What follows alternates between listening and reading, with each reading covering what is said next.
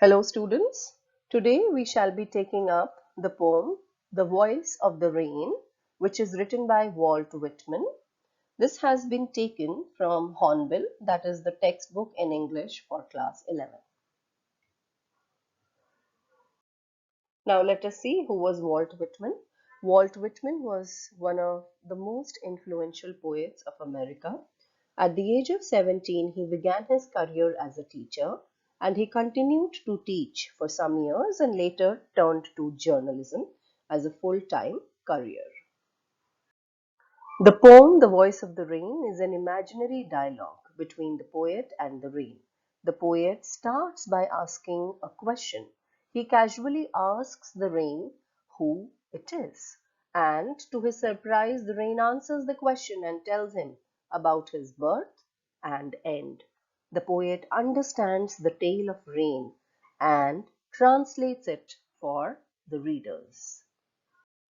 Now, before we go on to the explanation of the poem, I feel you should know the poetic devices that have been used by Walt Whitman in this particular poem. So, first and foremost, you should know what is personification because the whole poem is about personification. Rain has been personified here. All right. So, the attribution of a personal nature or human characteristics to something that is not human, or we can also say that is the representation of an abstract quality in human form, is personification. So, in this poem, the rain has been personified by the poet. All right. The next one is a metaphor. Metaphor is again a comparison, all right. So here the rain says, I am the poem of earth. So rain is the poem of the earth because a poem is just like music. Like a piece of music requires lyrics, accompaniment. So similarly, the soft falling rain is musical to ears. Each raindrop is a sound that is played for accompaniment. And when all the sounds are collectively taken, it is like a grand music with endless number of musical instruments. Well, here I would like to say that please listen to the song Raindrops Falling on My Head. The next poetic device is hyperbole. Well, I have observed many children calling it hyperbole. Okay, so just keep that in mind. It's not hyperbole. It doesn't bole anything. Okay, so it is hyperbole.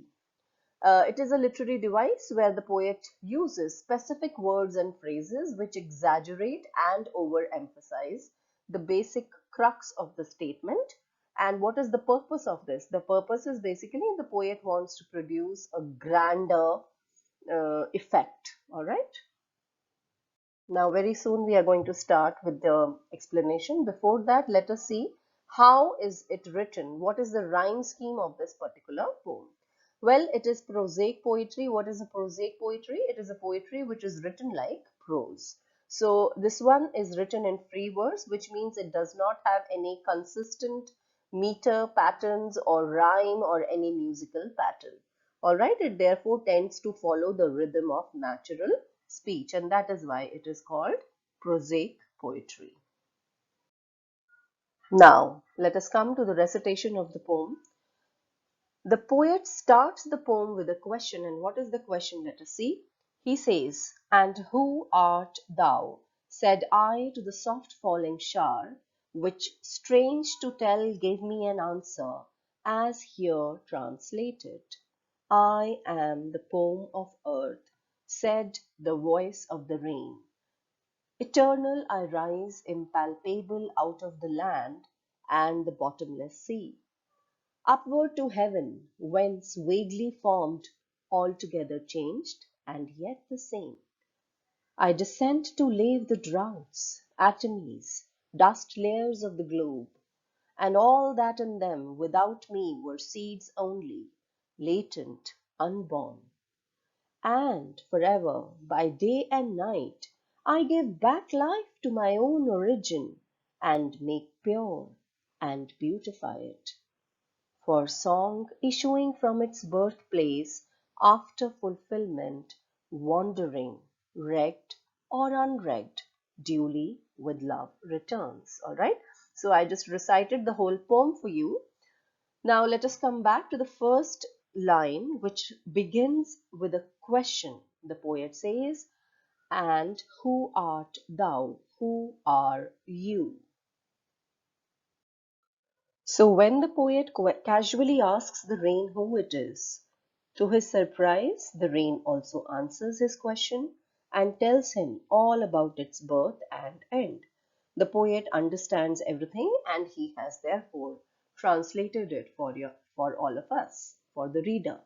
So the rain says, "I am the poem of earth," said the voice of the rain. All right.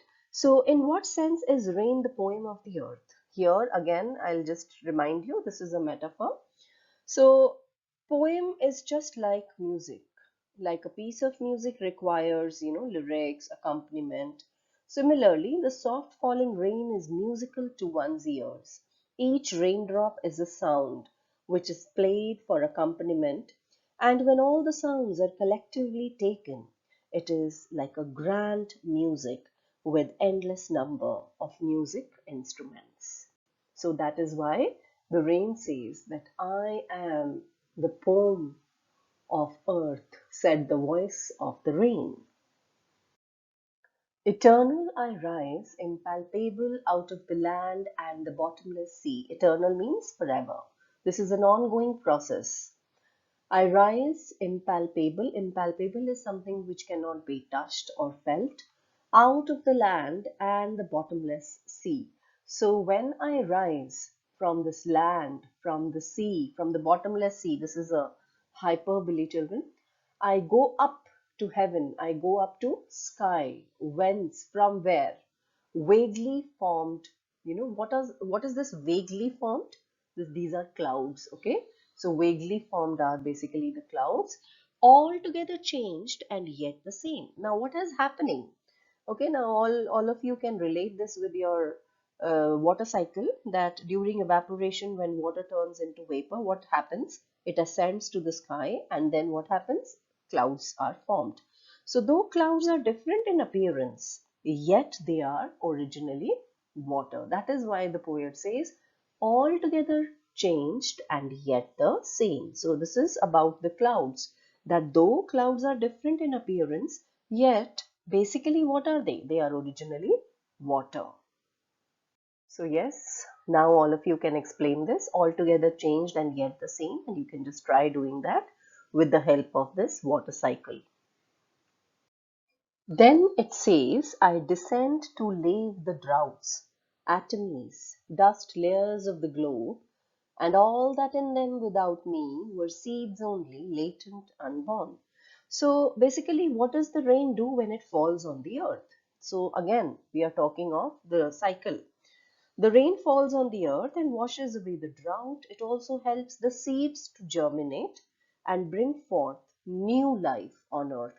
So, it takes pride that I am responsible for new life on this earth.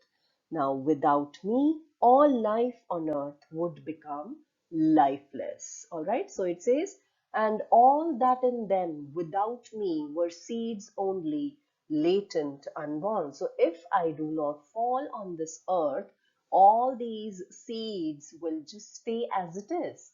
They will not be able to grow. Latent is they will not be able to grow. They will not be, they will not grow. And without me, so here you can sense some amount of pride that the rain takes, that I am falling down and I am doing such a great job. All right.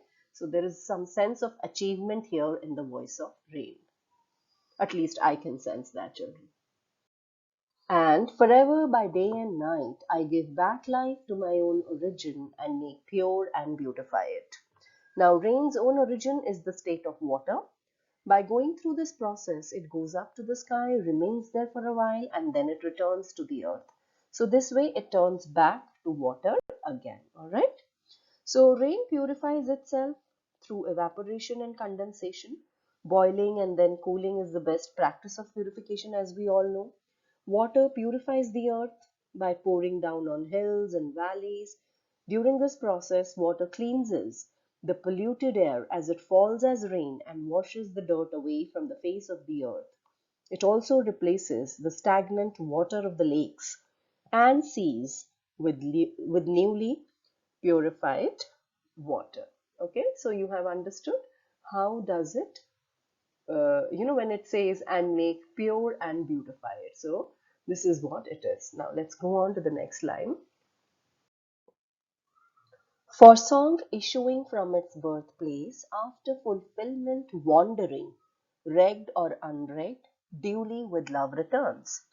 So these are the lines. This is not the voice of the rain, okay? These lines are said by the poet himself. So he says that rain's life is similar to that of a song. A song's birthplace is the poet's heart.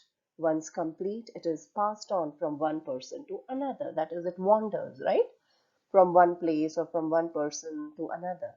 Now, a song may be well regarded or unnoticed. Similarly, the rain may be loved or hated by people, but rain does not mind it and it continues to do its wonderful job. All right.